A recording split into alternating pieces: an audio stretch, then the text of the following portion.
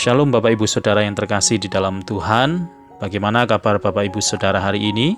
Saya percaya kita semua senantiasa di dalam penyertaan dan pimpinan Tuhan Yesus.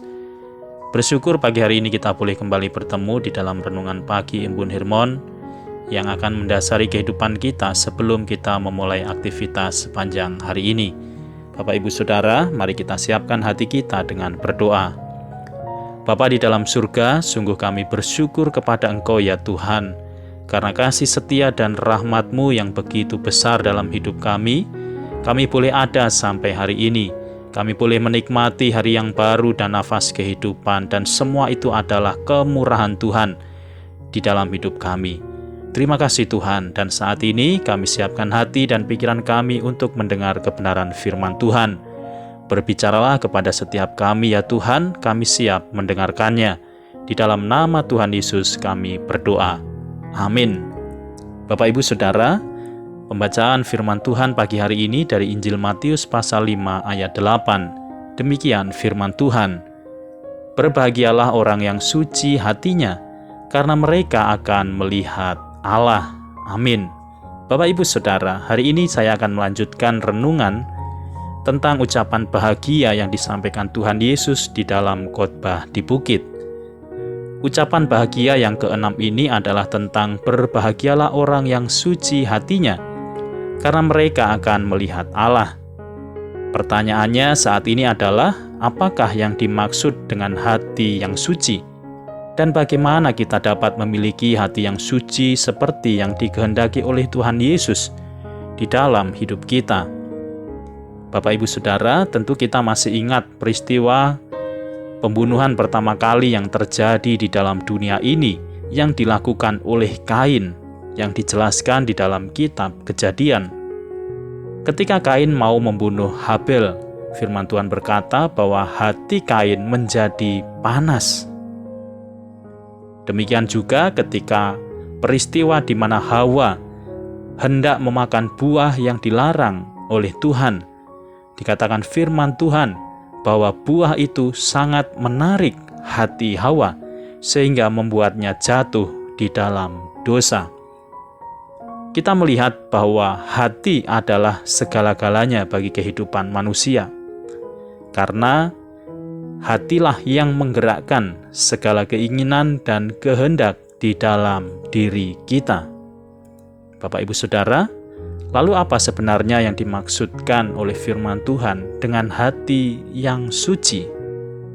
Yang pertama, hati yang suci adalah hati yang tulus dan tidak munafik, yaitu kehidupan yang senantiasa melakukan segalanya tanpa ada maksud-maksud tersembunyi atau terselubung, karena dilandasi oleh rasa takut akan Tuhan. Baik dalam perkataan dan perbuatan serta pikiran, selalu dilandasi akan kesadaran bahwa Tuhan yang menilai dan melihat segala yang diperbuatnya. Bukan seperti orang-orang munafik yang seolah-olah dari luar kelihatan baik, tetapi di dalam hatinya mengandung sumpah serapah dan maksud-maksud jahat yang tersembunyi. Bapak Ibu Saudara, Tuhan menghendaki hati yang suci di hadapannya, bukan hanya di hadapan manusia. Tidak ada gunanya kita berusaha terlihat baik di hadapan manusia dan menutupi sikap iri hati, kepahitan, kesombongan, amarah, dan sikap-sikap lainnya. Karena semua akan dinilai oleh Tuhan, karena Dialah yang akan menyelidiki jauh sampai kedalaman hati kita. Marilah melakukan segalanya dengan motivasi hati yang tulus, hati yang murni, dan hati yang terarah untuk menyenangkan Tuhan di dalam segala hal.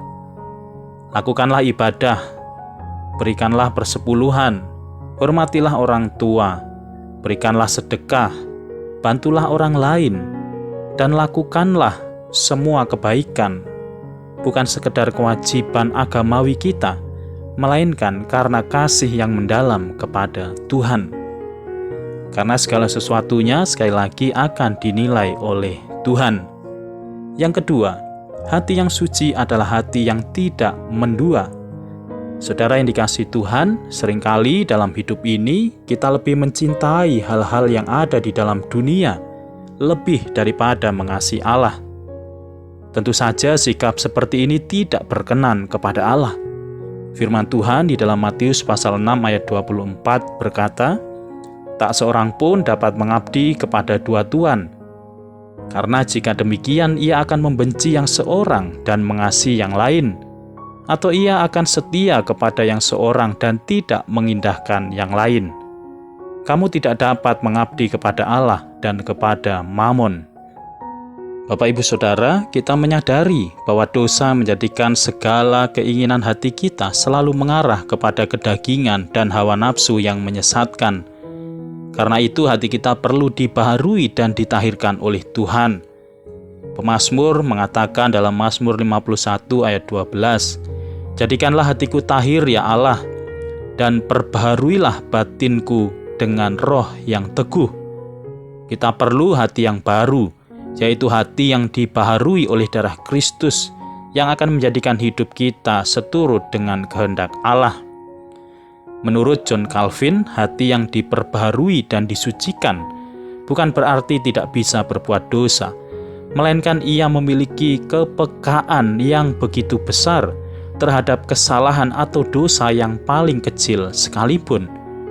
Kepekaan ini akan kita alami jika kita mengizinkan Tuhan Yesus yang bertahta di dalam hati kita dan menjaga kita dari segala keinginan dosa. Dan kita memiliki kewajiban untuk tidak membuka hati kita bagi dosa, karena kita seringkali jatuh ke dalam dosa dari apa yang kita lihat dan kita dengar, dan dari keinginan-keinginan hati yang bersumber dari nafsu dunia, yaitu cinta uang. Agar kita tidak mendua hati, marilah kita selalu berdoa kepada Tuhan, seperti yang didoakan dan disampaikan oleh pemazmur dalam Mazmur 139 ayat 23-24. "Selidikilah aku ya Allah, dan kenalah hatiku. Ujilah aku dan kenalah pikiran-pikiranku. Lihatlah apakah jalanku serong, dan tuntunlah aku di jalan yang kekal." Amin. Bapak Ibu, mari kita berdoa. Terima kasih untuk kebenaran firman-Mu ya Tuhan pagi hari ini. Jauhkanlah hati yang munafik dan hati yang menduakan Engkau ya Tuhan. Ubah hati kami menjadi hati yang baru, yang senantiasa tunduk kepada kehendak-Mu ya Tuhan, sehingga seluruh aspek hidup kami layak dan berkenan kepada Tuhan. Terima kasih Tuhan. Berkatilah kehidupan kami sepanjang hari ini, baik dalam pekerjaan, keluarga, pelayanan, pendidikan, dan pergumulan kami. Di dalam segala perkara yang Tuhan izinkan untuk kami lalui, kami percaya tidak ada rencana-Mu yang gagal atas hidup kami, tetapi semua indah di dalam rancangan dan rencana Tuhan. Bapa, jika ada di antara kami yang saat ini sedang sakit, maka dengan iman dan percaya kami bahwa kuasa bilur darah Yesus yang sudah menyembuhkan kami, yang lemah dikuatkan, yang susah dan berduka dihiburkan oleh sukacita di dalam Roh Kudus. Saudara yang dikasihi Tuhan, arahkanlah hatimu kepada Allah dan terimalah berkat-Nya. Tuhan memberkati engkau dan melindungi engkau. Tuhan menyinari engkau dengan wajah-Nya dan memberi engkau kasih karunia. Tuhan menghadapkan wajah-Nya kepadamu dan memberi engkau damai sejahtera. Di dalam nama Tuhan Yesus Kristus, Juru Selamat dan Penebus hidup kami berdoa dan bersyukur. Amin. Saudara yang dikasihi Tuhan, selamat pagi dan selamat beraktivitas untuk kita semua. Salam sehat dan diberkati selalu untuk kehidupan kita. Sampai bertemu kembali, Tuhan Yesus memberkati.